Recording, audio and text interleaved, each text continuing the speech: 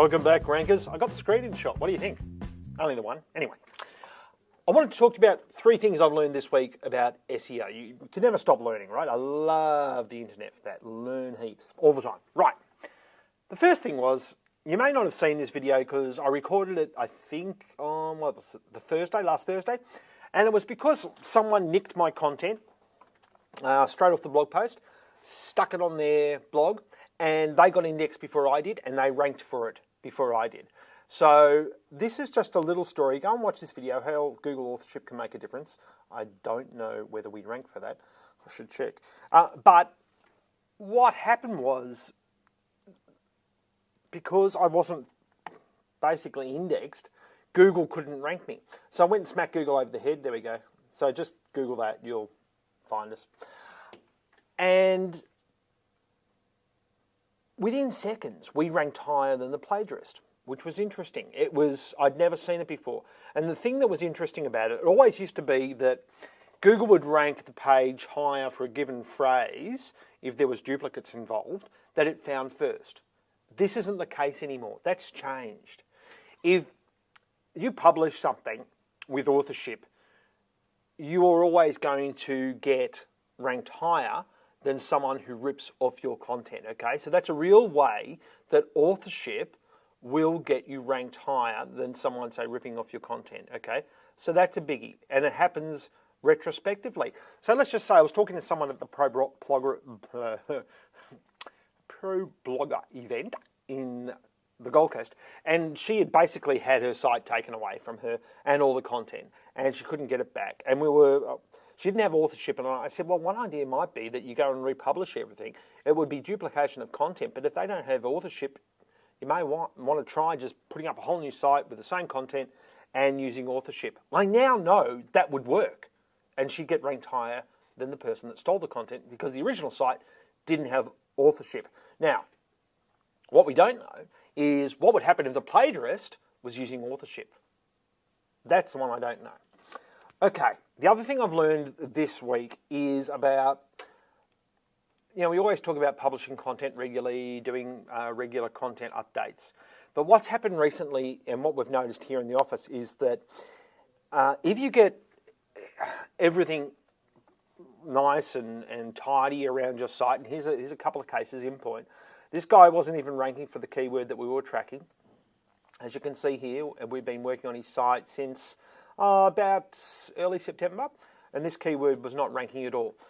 We tidied up the site and got the site all fixed. We had to actually do quite a bit of programming work because the content management system was dog's breakfast. And then he came into the top 30 around here, right? Then the next step was and you can see here, he's dropped. And of course, at this point, clients tend to panic a bit, naturally. We always say to them, look, it's Google getting used to the new site, essentially. How the pages are relating to one another, the changes in the site. And this will tend to happen. Then around here, we published new content, good content, quality content, and bang, straight up to number 5. Number 5 from 46. That's really good. And we've got dozens and dozens of these examples where you get everything fixed, you get the new content up, and boom, up it goes. The other thing that I've learned this week, which is really interesting,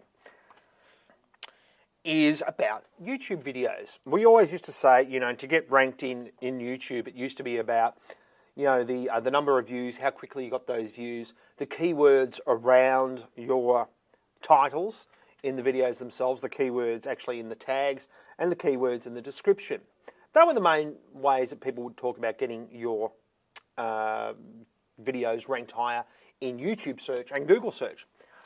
I did this course last week, and it was completing the course, Maximize Your Channel. I don't think it's open anymore. You may have a look. It might still be. But one of the things that came out of that was that the main way now that Google is ranking YouTube videos is by watch time. And watch time is, basically how long someone watches your video for, not how many views you get, nothing like that. So if I go and have a look at, say, any of the videos from last week. Let's just see. We'll go to the YouTube channel. Hurry up, Google. And you can see this is the new YouTube interface. I've got nice channel art. I've got a trailer now, which is a big recommended thing because people who are not subscribed will now see me like I'm about to swear. I'm not. They'll see this trailer and they'll watch the trailer and hopefully they'll subscribe to the channel, because Google is now saying subscribers to your channel is the best way to increase views to your videos. But getting back to that whole thing about, we'll just go and choose, say, a video from last week. And this is all new here too. Oh, that's new today. I haven't seen that before. Anyway, welcome back. Shut up. Shut up. Okay, so if I go and have a look at the analytics of, say, this particular video, it's looking at time watched, 32 hours. This is a biggie, all right? The amount of time that someone watches your video. If I view more stats on that, it'll take me into my analytics.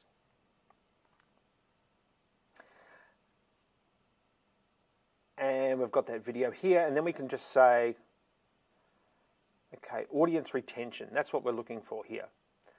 Now, you can see here over time, people drop off as I get more and more boring, right? Essentially. And what YouTube and Google are saying is if you can keep that almost as a flat line, you've got more chance of getting ranked in search for YouTube. So when you look at it against relative audience retention, this is against other videos, you can see that's a pretty strange curve. But absolute audience retention is really important. And always at the start of the video, you'll get people who click on and then they'll go, no, this is not what I was after. And then you'll get some people who will rewind. That's why you get these little lumps here. And then you'll get gradually people drop off over time. If I can keep that flatter, I will get more people watching the videos longer. So probably at the start of this video, I should have said, don't click off until you see the end of this video. I've got a really big secret to tell you. But that's not what I did. But I might, things like, I don't know, have a joke at the end of the video, so people always know that at the end of the video they should hang on because you're going to say something really incredibly enlightening and funny. But this is a real game changer. And the reason it's a game changer, it's going to stop all these people buying views on YouTube. Because, there's heaps of scams out there where you can just go and buy heaps of views. And you'll see these videos and you think, why has that got 30,000 views? The reason is because they've been bought on a site like Fiverr.com. I've never done it. To me, it's like sticking a pair of socks down your pants. Who cares, really? You're kidding yourself, I think, anyway. So that's the three things I've learned. 1, authorship works retrospectively now. 2, you get your site fixed up nice and clean so it's working well, and you get rid of all the duplication, you get rid of the 404 errors, all those things that we've talked about before, and then you start adding content, you're going to go bang, up, high, and fast, especially at a local level too. It works if you do it into local search. And the third thing is if you're creating videos, you want to get them found in search, then it's all about audience retention.